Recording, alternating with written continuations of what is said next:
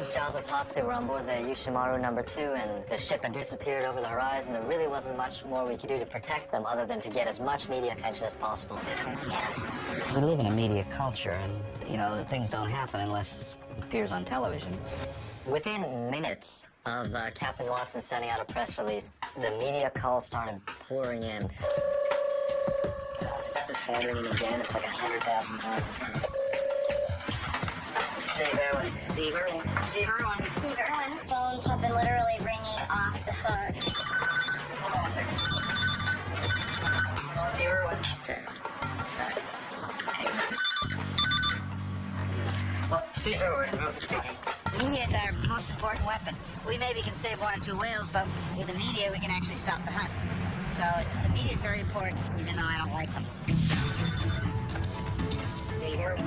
What Paul thought would happen is exactly what did happen, and he's just absolutely so phenomenal dealing with the media. They tried to throw Benjamin Pott over, and he had to fight his way, because it's going at 17 knots. He had to fight his way to stay on board. Yes, we do have concerns for their safety, because they've been, they've been kidnapped. This is the kind of thing that makes a story. You don't get on the national news with facts, figures, statistics. If you say whales are being killed and look what they're doing, not a story. But my God, they're risking their lives to protect the whale. Now you got a story.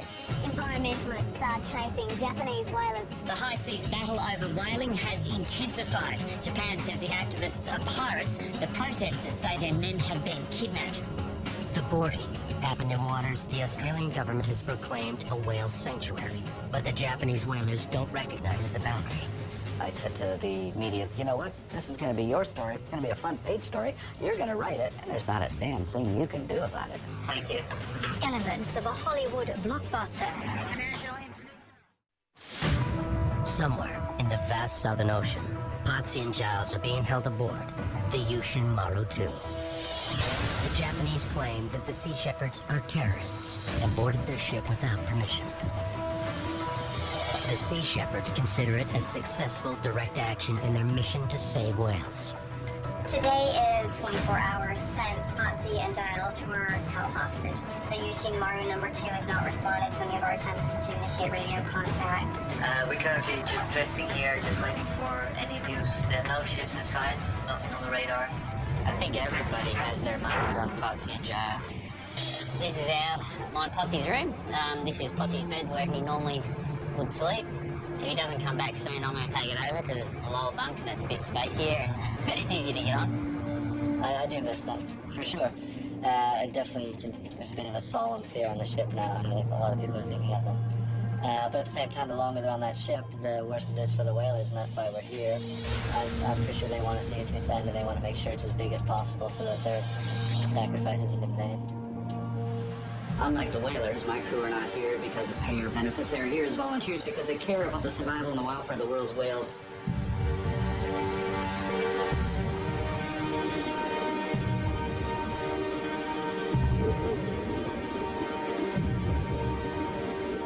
Whales, the largest species on the planet, feed upon the smallest species, which are plankton. They travel in the summer down to Antarctica for their food. They have to graze on the plankton in Antarctica. This is some of the richest plankton areas in the world, so that's why there's so many whales in the Antarctic area. I'm surprised that a life has actually managed to survive the incredible onslaught that humanity has inflicted upon the oceans. The mass extermination of species on the world's oceans is just unforgivable.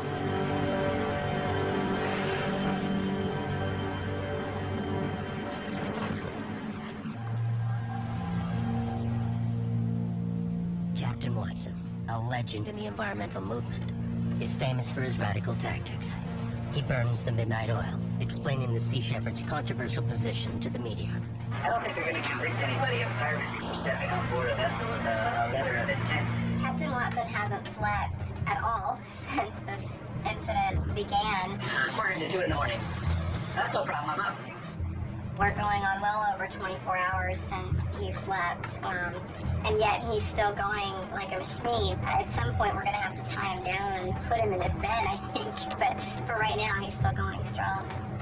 So far, we have no idea where they are, how they're being treated, or what the intentions of the Japanese are.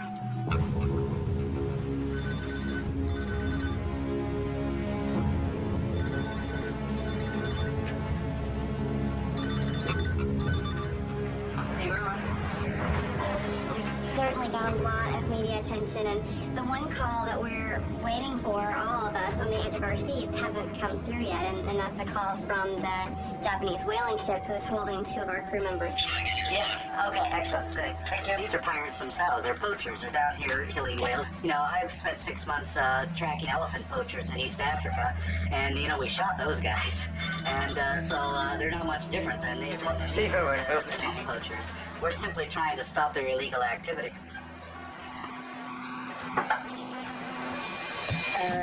Yes, can you hold on for 1 second, please? I'll press them on. Hold on. Hello? Yes. Yes. Yeah.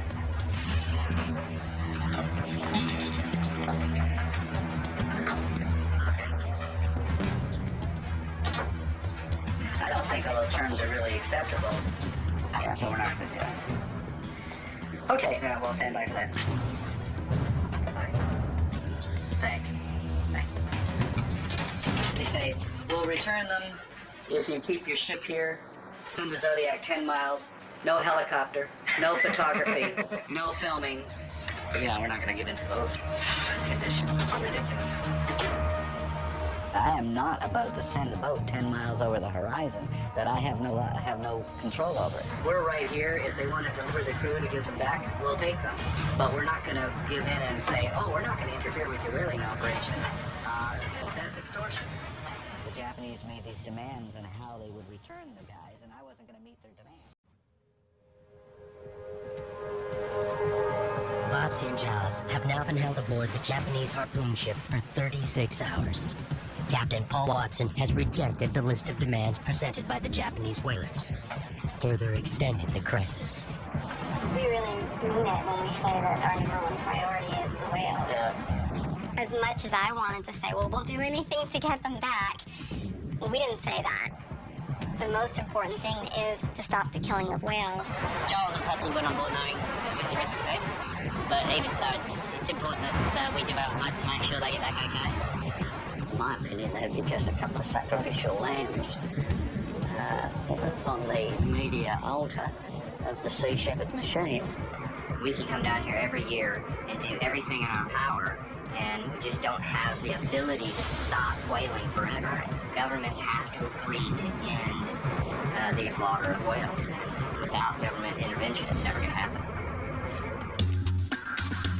48 hours into the standoff, the Sea Shepherds hear the news that their hostage ploy has now forced the Japanese and Australian governments to start talking.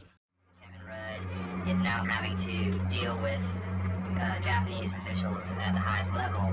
It becomes a matter of state.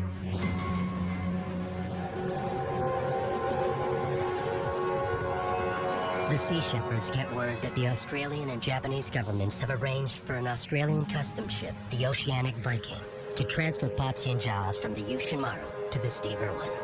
Okay, that's wonderful. I really appreciate this.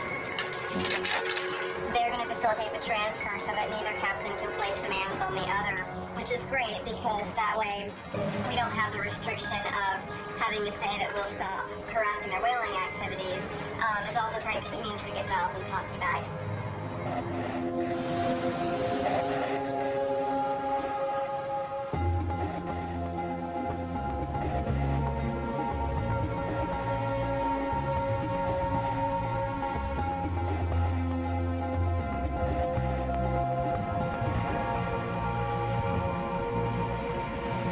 Overnight, Potsy and Giles are successfully transferred to the Oceanic Viking.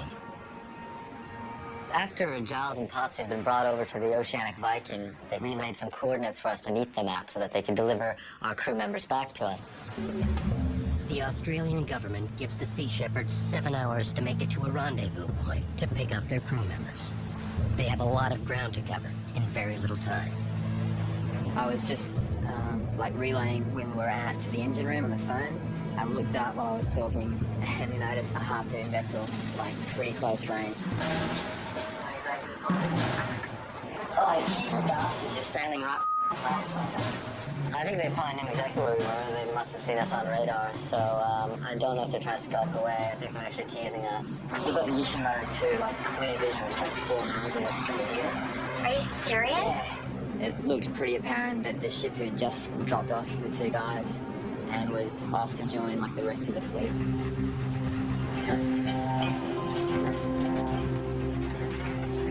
I was just sailing right past our legs. As a matter of seconds. It's just like to see them there, like we can hit them. We can put the boat in the water right now. Yeah, we'd be on them in like 45 minutes. Yeah, we're gonna get them right there. I'd say we should go right there. When we say that we're serious about shutting down whaling, I think our reputation sort of speaks for itself. They know that we'll do what it takes to physically disable these ships. We'll go home knowing that we did everything that we could. First Mate Peter Brown wants to launch an attack on the whaling ship, but Kim McCoy is reluctant to risk missing the rendezvous for a dangerous night raid. By the time we get there, it's going to be dark outside. You can see it's already starting to get dark.